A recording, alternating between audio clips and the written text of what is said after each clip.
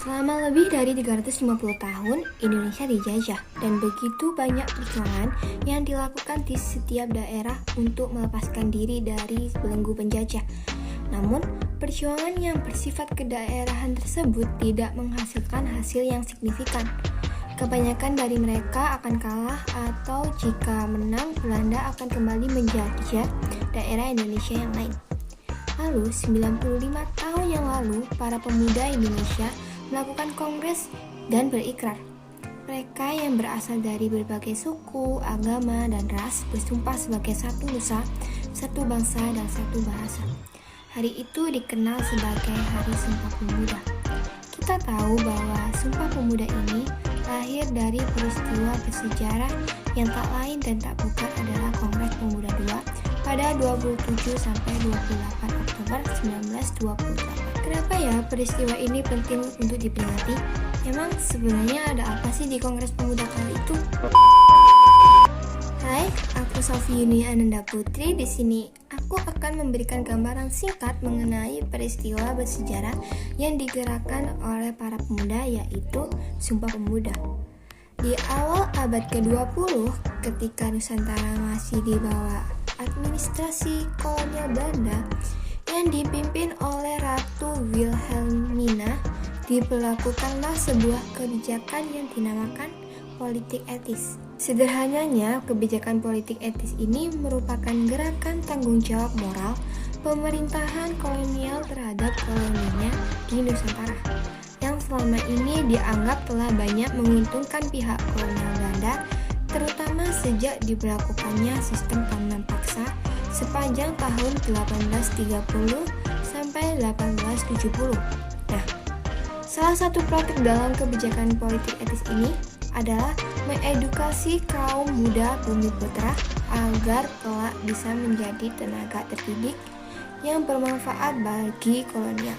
Dampak dari gerakan politik etis bagi kaum Bumiputra ini menjadi bumerang tersendiri bagi pemerintah kolonial.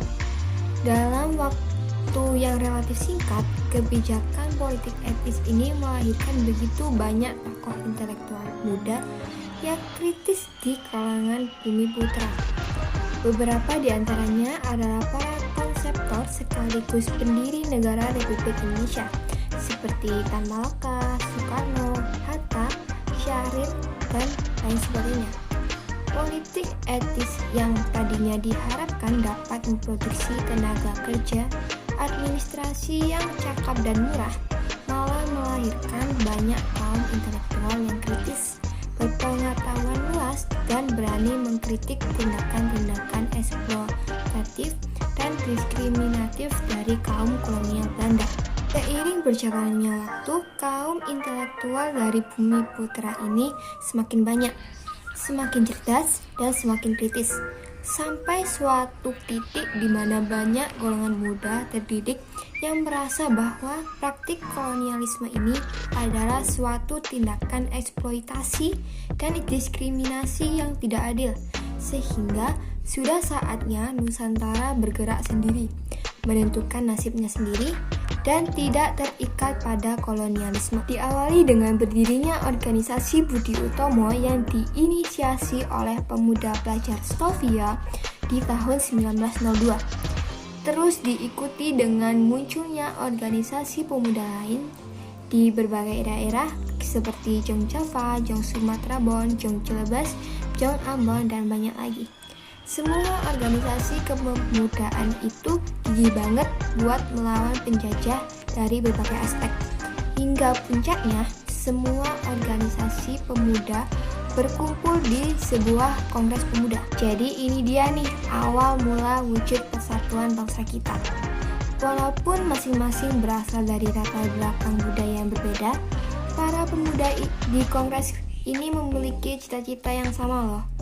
Kongres Pemuda yang pertama dilaksanakan pada tanggal 30 April 1926 dan Kongres Pemuda yang kedua dilaksanakan pada tanggal 28 Oktober 1928. Pada Kongres Pemuda yang pertama dihasilkan pemikiran bersama, yaitu yang pertama, kemerdekaan Indonesia merupakan cita-cita bersama seluruh pemuda di Indonesia.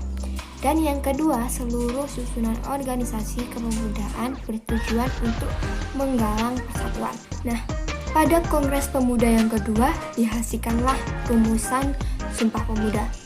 Dalam pelaksanaannya, panitia dalam Kongres Pemuda kedua berasal dari berbagai pemuda dengan latar belakang budaya yang berbeda-beda. Gak cuma perwakilan dari berbagai daerah, Kongres Pemuda II turut dihadiri oleh Muhammad Yamin yang nantinya menjadi inisiator Sumpah Pemuda. Ternyata isi dari Sumpah Pemuda ini baru diinisiasi selagi Kongres Pemuda II itu berjalan loh. Awalnya belum ada rencana sama sekali bakal ada Sumpah Pemuda ini. Setelah proses panjang selama 2 hari itu, baru deh lahir 3 janji yang kemudian disebut sebagai Sumpah Pemuda ini. Waktu itu Kongres sudah mau selesai nih, terus mau memasuki pembacaan keputusan Kongres. Nah, Muhammad Yamin memberikan secari kertas kepada Sugondo selaku pimpinan Kongres sambil berbisik dengan bahasa Belanda. Saya mempunyai suatu formulasi yang lebih elegan untuk keputusan Kongres ini. Kemudian Sugondo menyetujui dan secari kertas ini diedarkan ke para peserta Kongres lainnya. Karena mendapat respon yang positif, baru deh Yamin menjelaskan secara detail apa maksud dari yang dia tulis di secari kertas itu. Isinya yang tak lain dan tak bukan adalah 3 poin yang kini dikenal sebagai Sumpah Pemuda. Namanya dulu masih Ikrar Pemuda, namun beberapa waktu setelah Kongres selesai, namanya diubah sendiri oleh Muhammad Yamin menjadi Sumpah Pemuda. Dan pemuda pada saat peristiwa Sumpah Pemuda ini sangatlah dominan.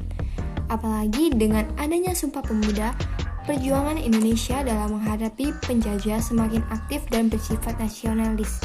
Beda sebelum adanya Sumpah Pemuda yang perjuangannya masih bersifat kedaerahan. Dengan adanya Sumpah Pemuda, Indonesia dapat memproklamasikan kemerdekaannya pada 17 Agustus 1945 setelah perjuangan yang panjang.